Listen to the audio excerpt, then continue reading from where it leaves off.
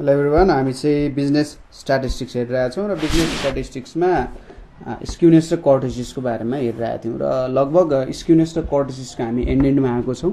धेरै कुराहरू हामीले हेरिसक्यौँ र आज हामीले एउटा सिम्पल टपिक मिड रेन्ज र मिड हिन्ज भनेको के हो, त्यसको फर्मुलाहरू के हुन्छ भन्ने कुराहरू एकदमै सिम्पल फर्मुला छ, त्यस्तो केही पनि गाह्रो छैन हैन।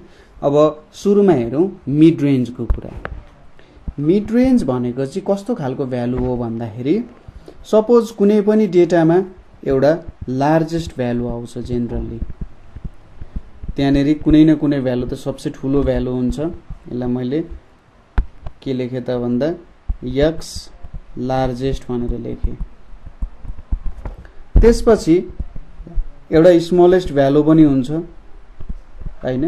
अब हामीले रियल नम्बरसँग काम गरिरहेका छौँ। अब इमेजिनरी नम्बरमा हो भने हामीले भन्न सक्दैन थियौँ। अब स्मलेस्टलाई मैले एक्स स्मलेस्ट भनेर भने, यहाँनेरि लार्जेस्ट भ्यालु हुन्छ र स्मलेस्ट भ्यालु हुन्छ। अब मिड रेन्ज भनेको चाहिँ के हो त भन्दा एक्ज्याक्टली सिम्पल कुरा हो, mid range is equals to के भन्न सकिन्छ, largest value plus smallest value divided by 2। यदि हामीले यसरी क्यालकुलेसन गऱ्यौँ भने यो भनेको हाम्रो मिड रेन्ज भ्यालु हुन्छ। कुनै पनि डेटाको लार्जेस्ट भ्यालु र स्मलेस्ट भ्यालुहरू मैले सम गरेँ र सम गरेर तिनीहरूको एभरेज लिए अथवा बाई 2 गरेँ भने त्यसले मलाई मिड रेन्जको भ्यालु दिन्छ। अब मिड रेन्ज किन चाहिन्छ होला त, मिड रेन्जको काम के हो भनेर तपाईँहरूले सोध्न सक्नुहुन्छ। मिड रेन्ज भनेको चाहिँ जेनरली हाम्रो कुनै एउटा समरी हुन्छ, हामीले कुनै एउटा फाइनेन्सियल एनालाइसिसहरू गऱ्यौँ, वेदर रिपोर्टहरू बनायौँ भने यसले चाहिँ एउटा समरी मेजर दिने काम गर्छ। हामीलाई यसले एउटा समरी मेजरको काम गर्छ। जस्तै केमा, अब समरी भन्दाखेरि सपोज एउटा फाइनेन्सियल तपाईँले एनालाइसिसको काम गर्नुभयो, फाइनेन्सियल एनालाइसिसको काम गर्दा ल ठिक छ, यसको चुर कुरो चाहिँ के हो अथवा हाम्रो डेटा कता गइरहेको छ भन्ने कुरा मिड रेन्जले दियो। त्यसै गरी वेदर रिपोर्टको कुरा, तपाईँले वेदर रिपोर्ट्सहरू बनाउँदा पनि एक्सट्रिम भ्यालुजहरू क्यालकुलेट गर्न सक्नुहुन्छ। सबसे थोरै पानी अथवा वर्षा कता हुन्छ भन्ने कुराहरू हेर्नुभयो र सबसे ज्यादा वर्षा कता हुन्छ भनेर हेर्नुभयो र त्यो दुईटा भ्यालुलाई जोडेर डिभाइडेड बाई 2 गर्नुभयो र भन्नुभयो ल औसत वर्षा चाहिँ नेपालमा आज यति पर्छ भनेर हैन। त्यो एउटा वेदर रिपोर्ट बनाउन पनि त्यहाँबाट काम गर्यो। र मिड रेन्जले चाहिँ हामीलाई के कुरामा सपोर्ट गर्यो भन्दा हामीलाई एउटा एडिक्वेट इन्फर्मेसन दियो। हामीले क्विकली यो कुरालाई भन्न सक्यौँ हैन। ठ्याक्कै क्विक भयो नि त, तपाईँले ठ्याक्कै डाटा निकाल्नुहुन्छ र क्विकली भन्नुहुन्छ ल यति एभरेज वर्षा हुन्छ होला भनेर। र यो एकदम सिम्पल पनि छ युज गर्न, ठिक छ, एडुकेट छ, सेल्फ सफिसियन्ट छ, क्विक छ, सिम्पल छ इन्टायर डेटा सेटको लागि। तर कुनै कुनै कुराहरू एकदम एक्सट्रिम भ्यालुमा पुग्छ भन्ने छैन। जस्तै स्टक मार्केटको कुराहरू हुनसक्छ। स्टक मार्केटको कुराहरू अब डेली बेसिसमा टाइम टु टाइम दिनदिनै पनि मजाले चेन्ज भइरहेको हुन्छ र त्यसको एक्सट्रिम भ्यालु अथवा लोएस्ट भ्यालु हुँदैन। हामीले चाहिँ कम्पेरिजन गर्नुपर्ने हुन्छ। आजको लागि लोएस्ट भ्यालु यति भयो अथवा वर्षकै लोएस्ट भ्यालु यति भयो, तर जहिले त्यही भ्यालु हुन्छ भन्ने छैन। वर्षकै हाइएस्ट भ्यालु यति भयो, अर्को वर्ष त्यो भ्यालु बढ्न पनि सक्छ, घट्न पनि सक्छ नि। हो यसरी एउटा डेली बेसिसमा चेन्ज भइराख्ने कुराहरूलाई। त्यसै गरी हामीले टेम्परेचर रिड गर्छौँ, घन्टै घन्टामा टेम्परेचर रिड गरिरहेछौँ भने त्यो डेटा पनि के हुन्छ त एउटा मिड रेन्जको लागि मिड रेन्जले त्यो डेटालाई क्याप्चर गर्न सक्दैन, किनभने आवरली हिसाबमा हाम्रो टेम्परेचरमा चाहिँ के भइरहेको हुन्छ, चेन्ज नै भएको देख्न सकिन्छ हैन। र अर्को कुरा भनेको यहाँनिर यदि आउटलायर्सहरू एक्जिस्ट गर्यो भने, ठिक छ, यदि आउटलायर्सहरू एक्जिस्ट छ भने हाम्रो स्मलेस्ट भ्यालुको पनि नहुनु पर्ने, त्यो भ्यालु अथवा त्यो डाटा सेट त्यहाँनिर प्रेजेन्ट नहुनु पर्ने हो र लार्जेस्ट भ्यालुको पनि त्यहाँनिर नहुनु पर्ने हो त्यहाँनिर। र यदि आउटलायर्सहरू प्रेजेन्ट छन् भने आउटलायर्सले चाहिँ के गरिदिन्छ, हाम्रो मिड रेन्जको भ्यालुलाई बिगारिदिन सक्छ। त्यसैले त्यति बेला चाहिँ तपाईँहरूले कुनै सेन्ट्रल टेन्डेन्सीको अथवा तपाईँले पनि सेन्ट्रल टेन्डेन्सी नै भेट्न खोजिराख्नु भएको छ मिड रेन्ज भनेको, त्यति बेला यो भ्यालु युज नगर्दा ठिक हुन्छ हैन, आउटलायर्सहरू युज नगर्दा ठिक हुन्छ। त्यसपछि आउँछ मिड हिन्जको कुरा। मिड हिन्जको कुरा है। अब यो मिड हिन्ज भनेको चाहिँ के हो त भन्दा यसलाई के लेख्न सकिन्छ, हाम्रो अप्पर क्वार्टाइल र लोवर क्वार्टाइल जुन छ, अप्पर क्वार्टाइल र लोवर क्वार्टाइलको एभरेज भ्यालुलाई चाहिँ के भनिन्छ त, मिड हिन्ज भनेर भनिन्छ। ठिक छ, मिड हिन्ज भनेर भनिन्छ। अब मिड हिन्जको काम के भयो त भन्दा यसले हामीलाई हाम्रो एउटा सेन्ट्रल भ्यालुकै सम्मरी दिने काम गर्छ। ठिक छ, यसले हामीले एउटा सेन्ट्रल भ्यालुकै एउटा सम्मरी जस्तो दिने काम गर्न सक्छ। ठिक छ, अथवा मिडियनकै भ्यालुहरू पनि निकालेर दिन सक्छ। जे होस् एउटा सेन्ट्रल डेटा कहाँसम्म पर्नुपर्छ भन्ने कुराहरू चाहिँ हामीलाई मिड हिन्जको भ्यालुले दिन्छ।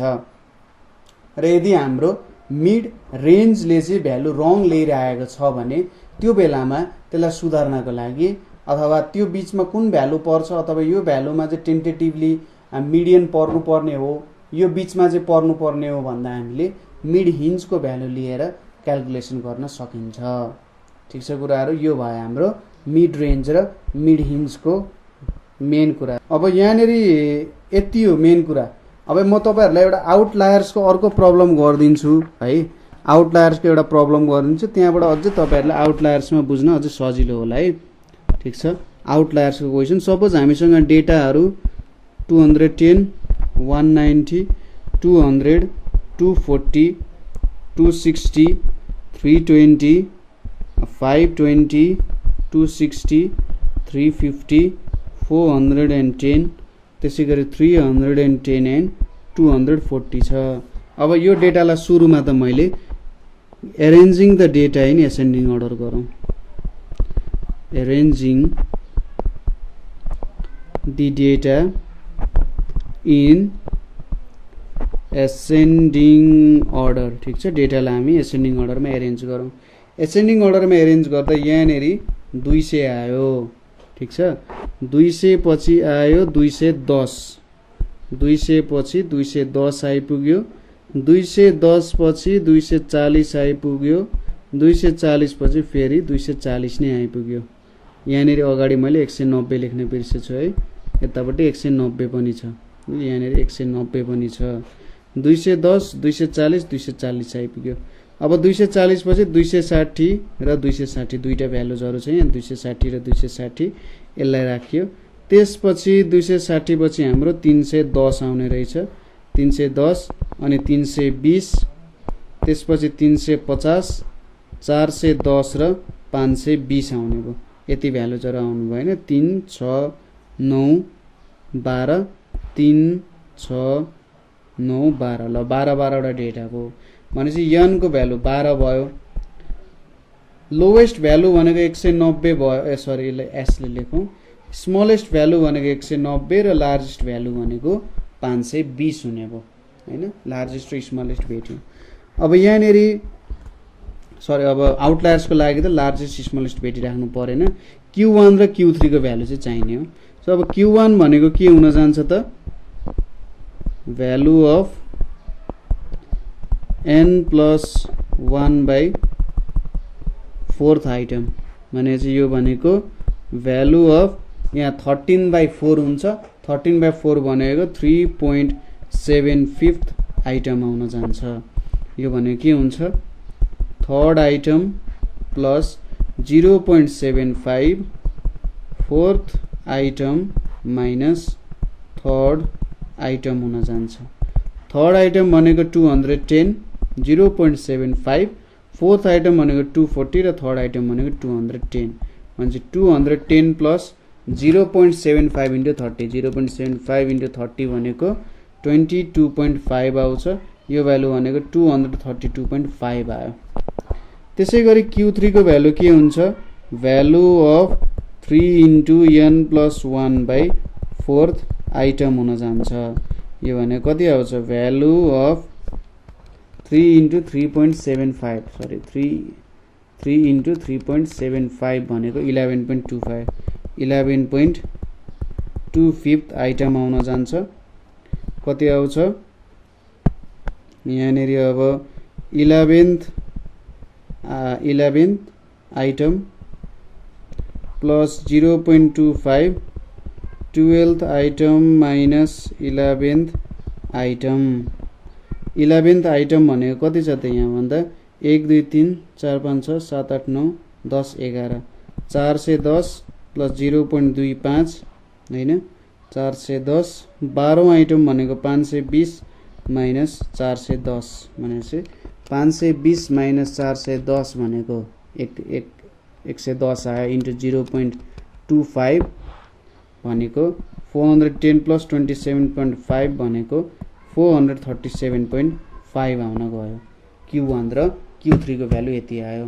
अब हामीले के गर्नु पर्यो Q3 माइनस Q1 भेट्नु पर्यो। यसलाई के भनिन्छ त इन्टर क्वार्टाइल रेन्ज भनेर भनिन्छ। 437.5 माइनस 232.5 भनेको कति आउँछ यहाँनेरि 437.5 माइनस 232.5 भनेको 205 आउन जान्छ है। अब 205 आउन गयो। 205 को भ्यालु निकालिसकेपछि अब हामीले क्याल्कुलेसन गर्नु पर्यो Q1 माइनस 1.5 IQR भनेको कति हुन्छ Q1 को भ्यालु 232.5 थियो माइनस 1.5 इन्टु 205 यो एउटा भ्यालु क्याल्कुलेट गर्नु पर्यो। अर्को भ्यालु भनेको Q3 प्लस 1.5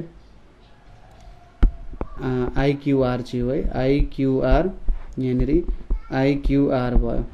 Q3 भनेपछि यहाँनेरि हाम्रो 437.5 भयो प्लस 1.5 इन्टु 205 हुन गयो कति आउँछ होला त 232.5 माइनस 1.5 इन्टु 205 भनेको माइनस 75 आयो यहाँ।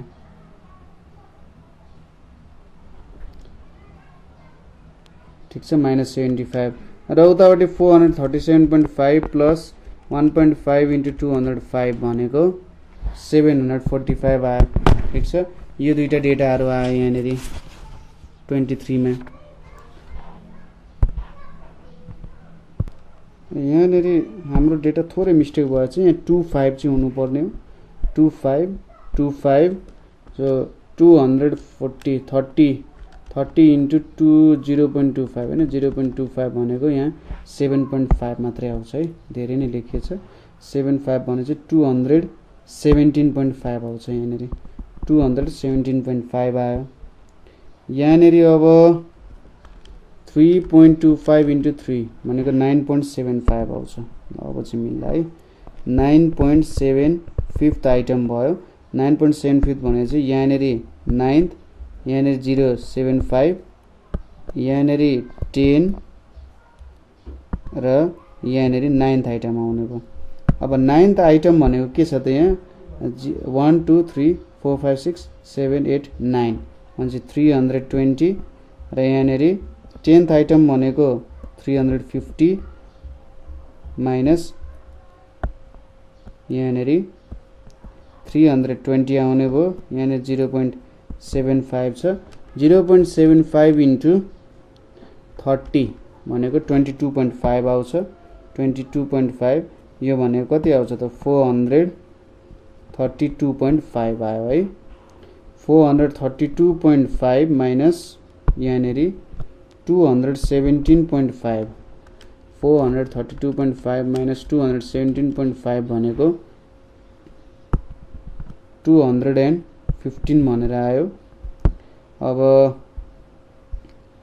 यहाँनेरि हाम्रो भ्यालु भनेको 215.5 आयो है अनि यतापट्टि चाहिँ हाम्रो भ्यालु भनेको कति आउन जान्छ त भन्दा तपाईहरुले कसरी क्याल्कुलेट गर्ने आउटलायर भन्ने कुरा त थाहा छँदैछ।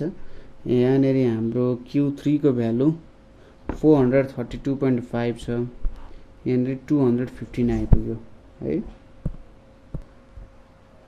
यहाँनेरि हाम्रो डेटा 320 हुनुपर्ने हो यहाँनेरि कति आउँछ 320 भइसकेपछि 347.5 भयो हैन 7.5 इन्टु 3 भने 315 22.5 हैन भनेपछि यहाँनिर 342.5 चाहिँ आउने हो है।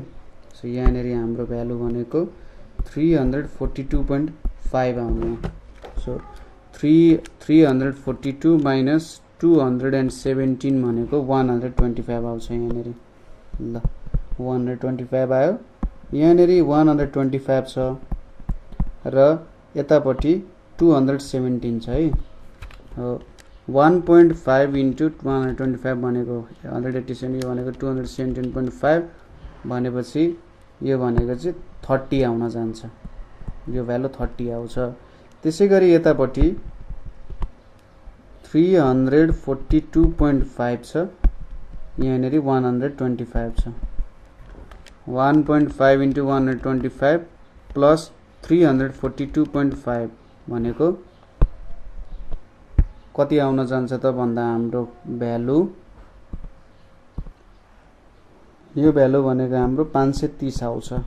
अब यो जुन भ्यालु छ हाम्रो, यो भ्यालु भन्दा 30 आएको छ नि भ्यालु, 30 भन्दा कम हुने डेटाहरू लोअर आउटलायर भयो र 530 भन्दा ज्यादा हुने भ्यालुहरू अप्पर आउटलायर जस्तो भयो। यहाँनिर 30 भन्दा सानो त कुनै नि भ्यालु छैन, 190 छ। त्यसै गरी 520 छ यहाँनिर, जुन यो 520 पनि के छ त हाम्रो भित्रै पर्ने भयो हैन। 530 भन्दा ठुलो भ्यालुजहरू चाहिन हामीले, त्यसैले यहाँनिर सायद आउटलायर छैन होला है। आउटलायर्स भेट्नु भने मलाई भन्न सक्नुहुन्छ। सो आजको लागि यति नै, एउटा आउटलायरको क्वेसन गर्न खोजे हो, मिस्टेक भयो भने भन्न सक्नुहुन्छ है कहाँनिर मिस्टेक भयो भनेर। So thank you for watching.